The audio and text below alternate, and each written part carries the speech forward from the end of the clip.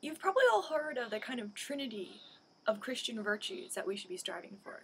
There's beauty, and there's goodness, and there's truth. For a while I've wondered, what is goodness? I really wanted to understand goodness more deeply, as something more than just morality. I want to take you through 3 different stages of thought for me. The first one is that goodness is a conformity to God, that what is good is the best, or the highest, or the greatest. Goodness has to be the pursuit of the good, and the best good is God. But it didn't seem quite complete, because truth is also the pursuit of God, and so is beauty. My second thought was that goodness is about a baptized imagination. C.S. Lewis said that before he became a Christian, George MacDonald had already baptized his imagination.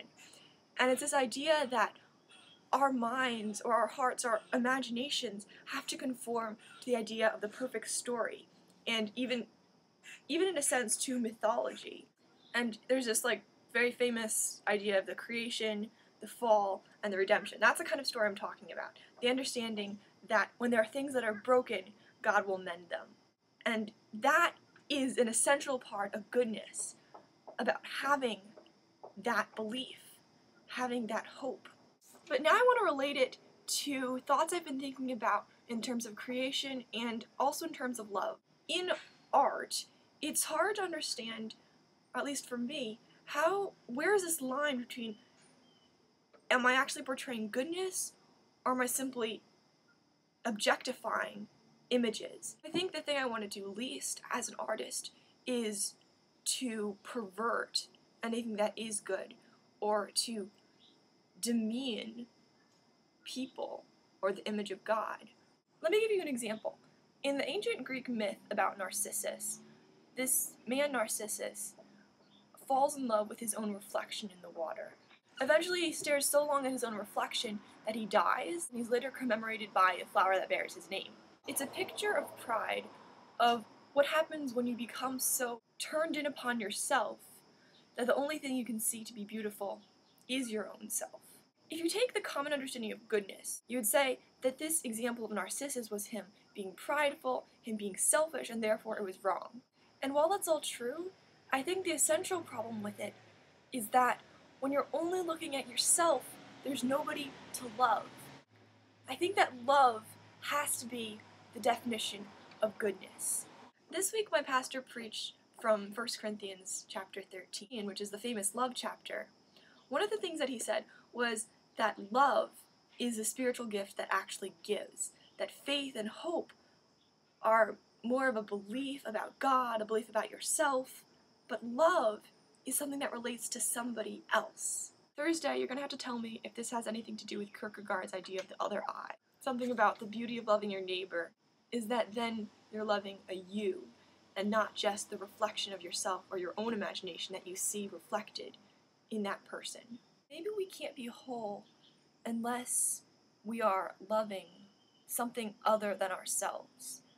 But we can't know love until we know God. In Pilgrim's Regress, there's this character, Virtue, who is very much concerned with his conscience, and he has strict moral standards which he has to obey.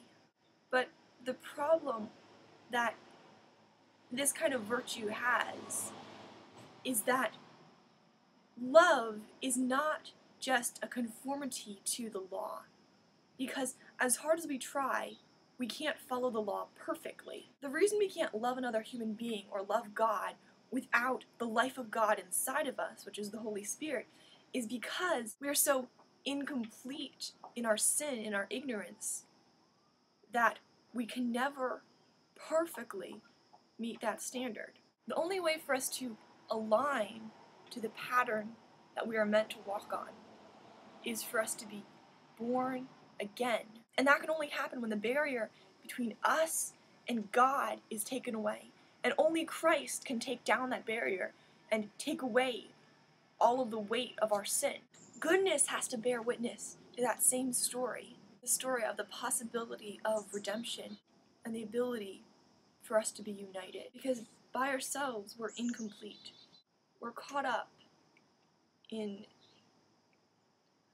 the wonder of our own selves, or we're stuck in hopelessness at the sight of our own sin and our own ugliness, because we don't understand that we can be made whole. Or maybe we're trying to be good, trying to live a perfect life, even trying to love others. But without understanding our fall, there can be no full redemption.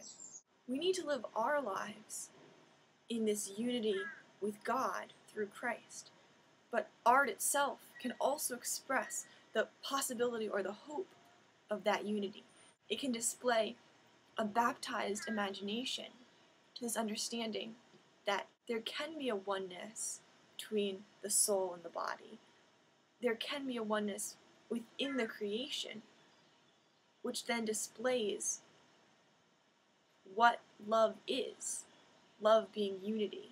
So conclusion, goodness is being united with God, and we see echoes of that kind of goodness in the way that we are united with other people through love. But goodness can only happen when we have been born again, and only through the Spirit can we ever truly love or become one with someone else.